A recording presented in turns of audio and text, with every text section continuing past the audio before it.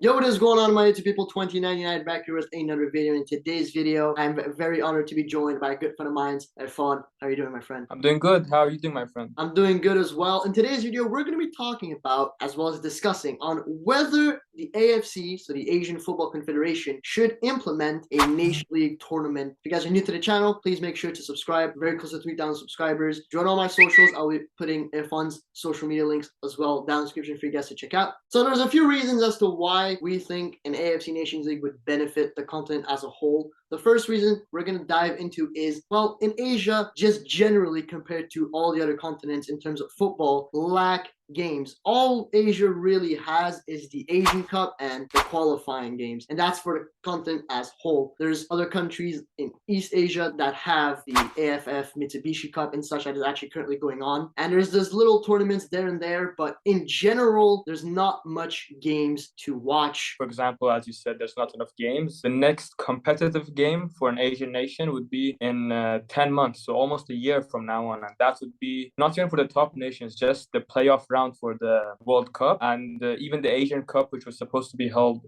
in the summer of 2023. It got postponed to early 2024 because of Qatar hosting it and obviously the weather issues, as we know. I mean, we have these regional competitions like the West Asian Football Championship or the East Asian and then the AFF Mitsubishi Cup, I think it was, I believe you said. I just don't think the players care enough, if you know what I mean, for those competitions. So I think an AFC Nations League would really benefit the players. It would increase the competitiveness, which is something we really lack right now. Comparing it to Europe and even CONCACAF, in North America, there's a Nations League in North America. And Asia, in terms of football, in my opinion, I would say is probably a little bit superior to North America. Some people would disagree, some people will agree, but in general, it's pretty close. The fact that they can have a Nations League and not Asia, in my opinion, just it doesn't look good on our end. And you were diving in on the no competitiveness aspect of it. It's true. The AFF Mitsubishi Cup or the East Asian Cup, all those, I would say, small tournaments don't really benefit Asia at all. When you really think about it, teams like Brunei, Laos, Vietnam, these countries, sure, they can maybe develop a little bit from this, but they need to play top teams in and out to be able to develop really as a footballing nation. Because I'll take today's as an example. Thailand played Brunei and they won 5-0. The players didn't even look like they cared. That's exactly what you said, Erfan. It's for them too easy. If they truly want to develop, they should be playing teams like Japan, Iran, whatever. Maybe then something can happen in terms of that little development aspect. What do you think? They don't really seem to care about the games. Really, I think it would help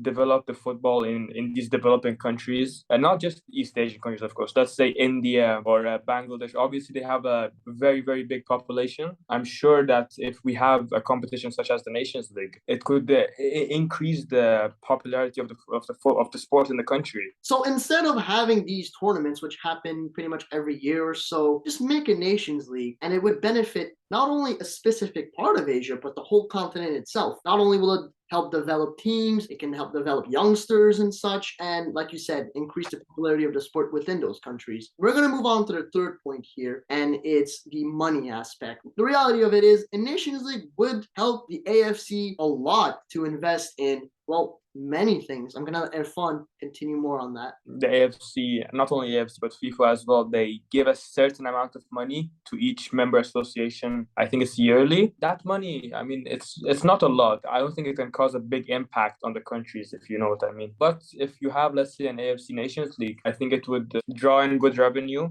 from, let's say, the ticket sales or the TV revenue, especially. I think there will be a lot of big TV broadcasters who would be wanting to purchase the rights of the competition. And this money, I think, could help, as I said before, the developing nations into building new structures, possibly even for a better future generation. So I think it can help, the money can help the member associations even more. This whole thing will not only benefit the quote unquote smaller countries, it will also benefit the big teams in Asia, Iran, Saudi Arabia, Japan, Korea, Australia, and such, which they usually struggle to find, teams that are willing to play. And I'm looking specifically at Iran, for example. There's going to be some AFC teams that will not need to rely on friendlies so much anymore, because then, they have nations, they have guaranteed competition. And let's say Iran will then play Japan or Korea, for example, in their respective leagues, then they wouldn't need to really scratch that hard for friendlies. Obviously, friendlies with other nations around the world are very important leading up to World Cup, especially. But in general, I mean, mean Iran having a friendly with, for example, Nicaragua, then they can have that competitive